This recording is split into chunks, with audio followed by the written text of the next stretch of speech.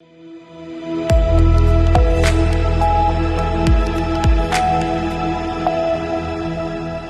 के बाद एक बार फिर से रुक करेंगे मध्य प्रदेश और छत्तीसगढ़ बुलेटिन की ओर, जिसमें बात होगी जांजगीर की, जहां जाज्यल देव लोक महोत्सव एवं एग्रीटेक कृषि मेले का भव्य समापन हुआ। साथ ही बात होगी राजगढ़ की, जहां ग्राम काचरिया भाई में चोरी की घटनाएं लगातार सामने आ रही हैं। ऐसी तमाम खबरों पर विस्तार से डालेंगे नजर। आगरमालवा जिले के नलखेड़ा तहसील स्थित विश्व प्रसिद्ध मां बगलामुखी मंदिर में छत्तीसगढ़ के उप मुख्यमंत्री अरुण साव ने सपत्नीक दर्शन किए। उनके द्वारा देश की खुशहाली व तरक्की की मनोकामना की गई। इस मौके पर स्थानीय जनप्रतिनिधियों द्वारा उप मुख्यमंत्री का भव्य स्वागत किया गया। आगरमालवा से सीनू संवाददाता अर्श अहमद कुरैशी की रिपोर्ट। जांजगीर में आयोजित 3 दिवसीय जाज्यल देव लोक महोत्सव एवं एग्रीटेक कृषि मेले का भव्य समापन हुआ। आयोजन के अंतिम दिन सांस्कृतिक कार्यक्रमों की खास रौनक देखने को मिली। समापन अवसर पर प्रसिद्ध लोक गायिका आरू साहू ने अपनी शानदार प्रस्तुति दी। उन्होंने एक से बढ़कर एक लोकगीतों की प्रस्तुति देकर पूरे पंडाल में समा बांध दिया। लोकगीतों की मधुर धुनों पर श्रोता मंत्रमुग्ध हो गए और तालियों की गूंज से माहौल उत्साहपूर्ण बन गया। सबसे पहले तो आप सभी को मेरा प्रणाम है और सभी को मेरा जय जोहार।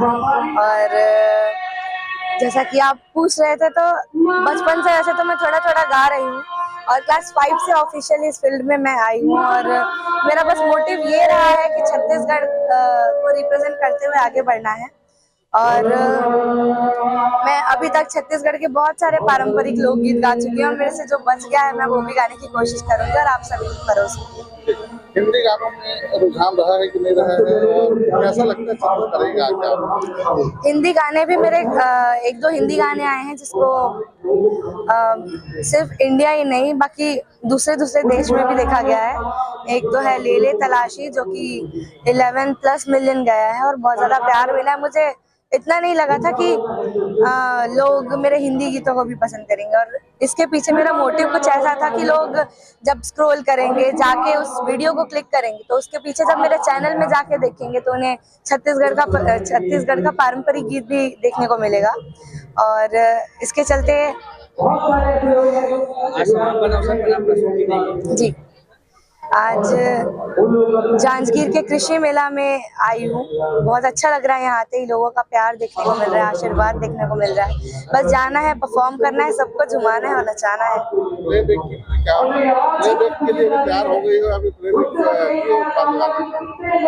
इन फ्यूचर सोचेंगे, अब जो भी होगा देखा जाएगा। सरकार से क्या उम्मीदें हैं? क्या सरकार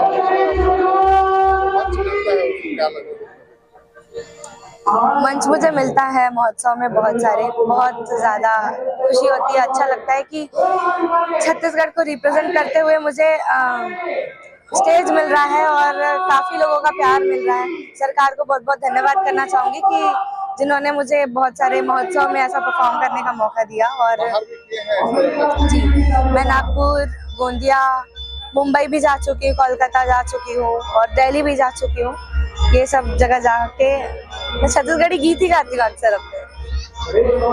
क्या आज की युवा पीढ़ी को, खासकर लड़कियों को क्या संदेश? मैं ये कहना चाहती हूँ कि अगर आप में कुछ टैलेंट है तो आप उस टैलेंट को दबा के मत रखिए, बल्कि उसे निखार के आगे लाइए और लोगों को बताइए कि आप में भी कुछ कमी नहीं है। जांजगीर से सीनू संवाददाता मनोज की रिपोर्ट। सारंगपुर में स्वच्छ भारत मिशन के तहत नगर पालिका को घरों से कचरा उठाने, टेकिंग ग्राउंड पर अलग अलग प्रकार के कचरे का भंडारण और जैविक खाद व बायोडीजल बनाने के लिए लाखों रुपए की मशीनें उपलब्ध कराई गई। लेकिन नगर में कचरा निष्पादन कार्य अब तक शुरू नहीं हुआ है। कचरा वाहन गलियों में गुनगुनाते हुए कचरा घरों और दुकानों से लेकर शहर के उत्तर और दक्षिण भाग में डालकर चले जाते हैं, जबकि मशीनें पुराने फिल्टर प्लांट प्रांगण में शोपीस के रूप में रखी गई हैं और धूल में पड़ी हैं। नगर से निकलने वाला कचरा पडलिया रोड, पुराने शमशान परिसर के पास बड़ी मात्रा में जमा होकर बदबू फैला रहा है, जो तापमान बढ़ने पर हवा से उड़कर जीवनदायिनी नदी तक पहुंच रहा है। नगर पालिका अधिकारी ज्योति सुनहरे ने बताया कि सुरक्षा के अभाव और टेंडर प्रक्रिया में देरी के कारण मशीनें अभी चालू नहीं की गई हैं, लेकिन जल्द ही टेकिंग ग्राउंड पर कचरा निष्पादन की व्यवस्था पूरी कर दी जाएगी। राजगढ़ से सीनू संवाददाता जावेद की रिपोर्ट। राजगढ़ जिले के ग्राम काचरिया भाई में चोरी की घटनाएं लगातार हो रही हैं और ये 1 महीने के अंदर तीसरी घटना है। शुक्रवार दोपहर सुरेश पुत्र राधेश्याम चौधरी के घर चोरी हुई। चोरी के समय परिवार के सभी सदस्य खेत में काम कर रहे थे। करीब 4 बजे घर लौटने पर उन्होंने देखा कि गेट खुले थे और सामान बिखरा था। परिजनों ने लीमा चौहान थाने में पुलिस को सूचना दी और पुलिस सीसीटीवी कैमरे खंगालकर जांच में जुटी है। तो शुरू हुआ है, जब आए हैं तो लेके तो गए हैं। अच्छा। ऐसा तो है कि खाली हाथ जाता है कोई। अच्छा, सामान ठीक है। तो हुआ बाकी अभी जो पुलिस प्रशासन के द्वारा जो यहाँ पे तहकीकात हुई, अभी कुछ पाया गया? अभी कुछ नहीं पाया गया है। अपने पास में कैमरे हैं, जैसे जी। सीसीटीवी? हाँ। कैमरे, तो वो अभी चेक खैर। करके बताते हैं, ये बोला उन्होंने। ठीक है, देखते हैं उनमें कुछ दिखता है। ठीक है। अच्छा, घर पर कोई नहीं थे जब वारदात हुई? हाँ, घर पे कोई भी नहीं था। अच्छा, आपको कब मालूम पड़ा इसके बारे में? हमें मालूम पड़ा कि मेरा बालक चाय बनाने के लिए आया, हाँ। तो उसको सारे गेट खुले मिले अच्छा। और सामान बखरा हुआ मिला। अच्छा। तो वो आया, उन्होंने मेरे को कहा, फिर मैं आया, तब मालूम पड़ा करीब हमें को 5 बजे। अच्छा, इसकी कुछ रिपोर्ट दर्ज करवाई आपने?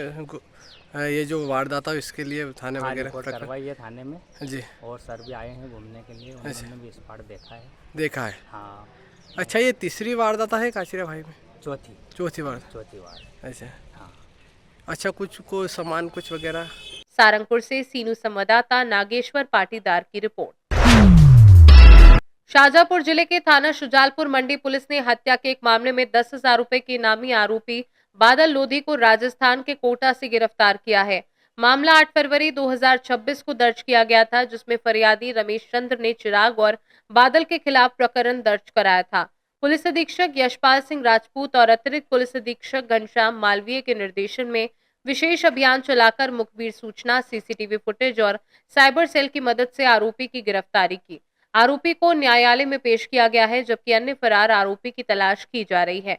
इस कार्यवाही में थाना प्रभारी शिव कुमार यादव सहित अन्य अधिकारियों और कर्मचारियों की सराहनीय भूमिका रही। सर, निश्चित पुलिस मंडी थाना पुलिस प्रशंसा की पात्र है कि अज्ञात मामले में किस तरह से ये सफलता मिली है और कौन कौन इसमें आरोपी और इस हत्या की पीछे की मुख्य वजह क्या सामने ये 8 तारीख को हमारे सुजालपुर मंडी थाना क्षेत्र में ग्राम देव नेपानिया रोड पर एक लाश मिली थी, जो काफ़ी छत बिच्छत, मतलब उसको जलाया गया था, जली थी और गला भी उसका रेता हुआ था। पुलिस मौके पर पहुंच के उसको शनाख्ती की, उसके प्रयास करने पर उसकी शनाख्त धर्मेंद्र उर्फ गोलू सरवर निवासी सीवर के रूप में हुई थी, जिस पर से उसके परिजनों को तलब कर उनके द्वारा रिपोर्ट लिखाई गई। रिपोर्ट पर से अपराध 302 वगैरह को पंजीबद्ध किया गया और आई विवेचना साक्ष्यों के आधार पर 2 नामजद आरोपी, एक चिराग कुमावत और एक बादल लोधी, दोनों ही निवासी सीहोर के हैं और मृतक ये तीनों आपस में दोस्त भी थे, के नाम से एफआईआर पंजीबद्ध की गई। एफआईआर पंजीबद्ध करने के बाद आरोपियों की लगातार तलाश पतारसी के दौरान एक आरोपी बादल लोधी को पुलिस टीम द्वारा पकड़ने में सफलता प्राप्त हुई है। बादल लोधी को कल गिरफ्तार कर उससे पूछताछ में उसके द्वारा जुर्म स्वीकार किया गया और अपने दोस्त चिराग के साथ मृतक को शराब वगैरह पिलाकर उसका गला रेत कर और चाकू मारकर और उसको जलाकर उसकी हत्या करना ही बताया है। और जिस बाइक से ये मृतक को लेकर आए थे, वो बाइक भी उसके द्वारा जब्त कराई गई। सर, इसमें चरित्र से भी जुड़ी कुछ बातें सामने आ रही हैं? अभी आरोपी बादल द्वारा बताया गया था कि संभवतः जो अन्य आरोपी चिराग कुमावत, उसकी पत्नी से मृतक की कुछ बातचीत वगैरह होती थी। शंका को लेकर चिराग ने ये प्लानिंग करके उसकी हत्या को अंजाम दिया है। सर, क्योंकि इसके लिए प्रशंसा इसलिए होती क्योंकि हाई टेक्नोलॉजी का इस्तेमाल आरोपियों ने नहीं किया, कैसे पहुंची बड़ा गंभीर मामला। विवेचना के दौरान सीडीआर और सीसीटीवी फुटेज वगैरह ये सब खंगालने और विवेचना करने के पश्चात इनको तत्काल गिरफ्तार किया गया है। दूसरे आरोपी के लिए भी टीम लगातार लगी हुई है, प्रयास कर रही है, उसको भी जल्दी गिरफ्तार कर लेंगे। शाजापुर से सीनू संवाददाता यूसुफ खान की रिपोर्ट। शमशाबाद विधानसभा के करारिया थाना के ग्राम कोटीचार में एक 65 वर्षीय बुजुर्ग महिला की गला घोंटकर निर्मम हत्या कर दी गई।